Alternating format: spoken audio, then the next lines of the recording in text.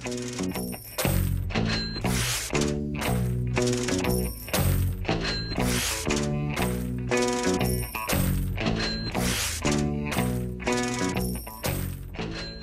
fellow OT students. This is Rani coming to you from Mesa, Arizona.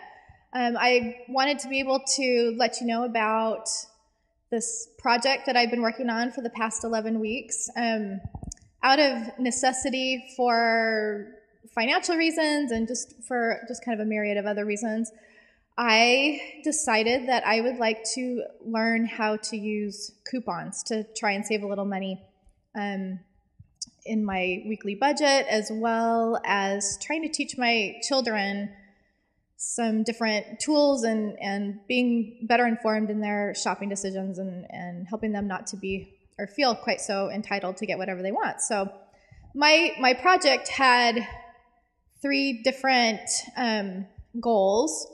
My first goal was to save an average of 40% each time that I went shopping. That turned out to not be such a realistic goal, but it was close. I came in about the 35 to 38 percentile range each time. So that was my first goal. My second goal was to orchestrate some kind of a program or system that would work for me to organize my coupons and be able to know, to be able to see them. I'm kind of a visual person, and so I knew that I was going to need some kind of a system that would really work with how I thought and how I do things. And then my third goal was, like I mentioned before, I have 4 children, and I wanted to involve them in this process, both in cutting the coupons, in organizing them, coming up with menu plans, having them go shopping with me a couple of times just to see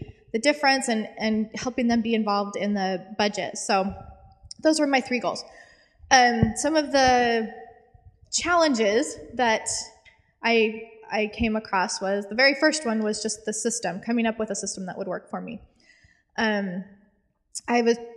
There's a ton of stuff on the internet. I looked on YouTube, I looked on, I just Googled it and came up with all kinds of different instructional videos and stuff like that. So the one I decided on it's called the baseball card system, and I get a big notebook, and it has like 9 different slots on each page, and I organize my coupons by the store that I shop in. I shop at Kroger most often, so I organize the pages to fit the different aisles of Kroger.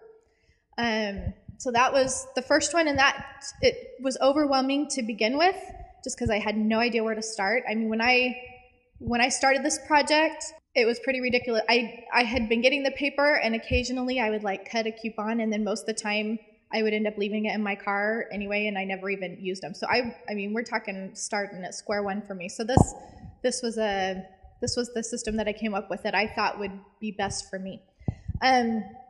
Another challenge was getting my kids to cooperate.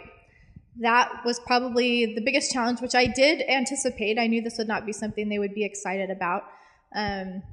My oldest 3 are all teenagers, and they had 0 interest in this. They pretty much said, "This is stupid. This is stupid.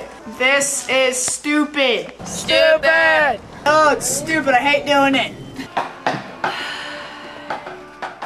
My 7-year-old, though, was awesome. He loved to sit down with me and cut them out and organize them and stick them in the little folders. So he was my big helper right off the bat. And then my other ones are finally coming around a little bit, not 100%, but or maybe not really at all, says my 13-year-old.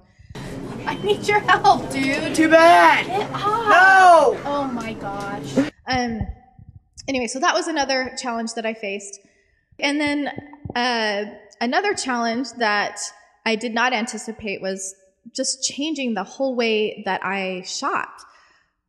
Originally, what I would do I'd have my little list of things that I needed. I'd go to the store, I'd pick them up along with a ton of other stuff usually. And with coupon shopping, you can't do that. The idea is to get into the store when the item is at its lowest price and to stock up on those particular items. So it was a little bit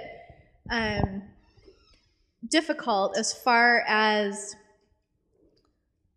figuring out what we needed. Sometimes I couldn't buy the things that I needed right at that time or whatever. So that changing my whole structure of how I shopped and things, that was probably the most difficult thing for me, and still is. I'm still learning how to be able just to buy the things as they're cheap and wait for the other items that I might need to go on sale. Okay, so as far as adaptations go, one of the biggest changes that I had to make that I was not expecting but turned out to be a really good thing was I had always used my debit card to do my shopping in the past. And I found that if I used a cash budget, that I was much more able to stay within my budget. I knew how much money I had. And I noticed a difference also with the kids. They know how much money I have left. A lot of times they'll ask for things, but, they started getting used to understanding that if there wasn't a coupon for it and it wasn't on sale and I only had X amount of money left in my budget, that no way, Jose, we're not getting that. That's way too much money for Tyler. I just want a cheapy one. Worth it. You're so not worth it. Hey! That was an adaptation that I had to make, but it was a really good one, and I've enjoyed kind of changing my way of thinking in that regard. I also did have to give myself a little bump in my budgets because what I had originally started with didn't quite work, but we found kind of a happy medium with that now, so that was great.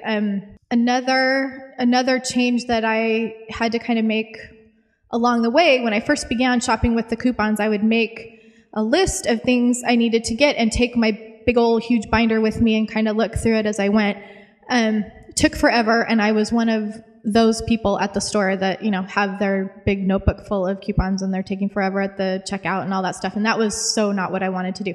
So what I ended up doing was making my complete list before I left to go shop and already have my coupons pulled out and ready to use. So I could just go through with my list, get what I needed, and then right before I went to the checkout, I would look through my basket, look through my coupons, make sure everything was as it should be. And then when I checked out at the checkout, then it wasn't a huge ordeal. So it was a change. It doesn't seem like a big deal, but my first couple trips were ridiculous. So it was a great adaptation for me. Probably the last adaptation, and one that I still struggle with a little bit, is commitment to this project.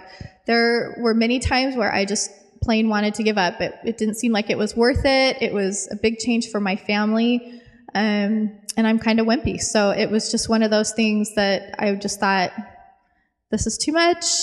I don't want to deal with it anymore, but I really stuck to my guns, and I am so glad I did. I've learned a lot. I'm still kind of in the learning process. There's so much that you can do to save money, and I'm just barely on the tip of the iceberg on this one, but I've really enjoyed it, and I'm glad that I stuck with it, and I don't see myself going back to the old ways since I have seen the savings, been able to try new products and stuff that I probably never would have tried had I not done this project.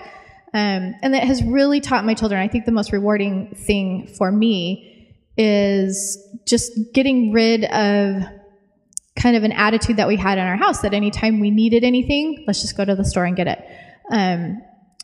The kids finally are catching on to the fact that if we don't have the money, then we don't buy it, or we only have this much money left and we need milk and bread to survive, then we're not going to go, just pick up random items. So it turned out to be a really great project all in all, and I really enjoyed doing it.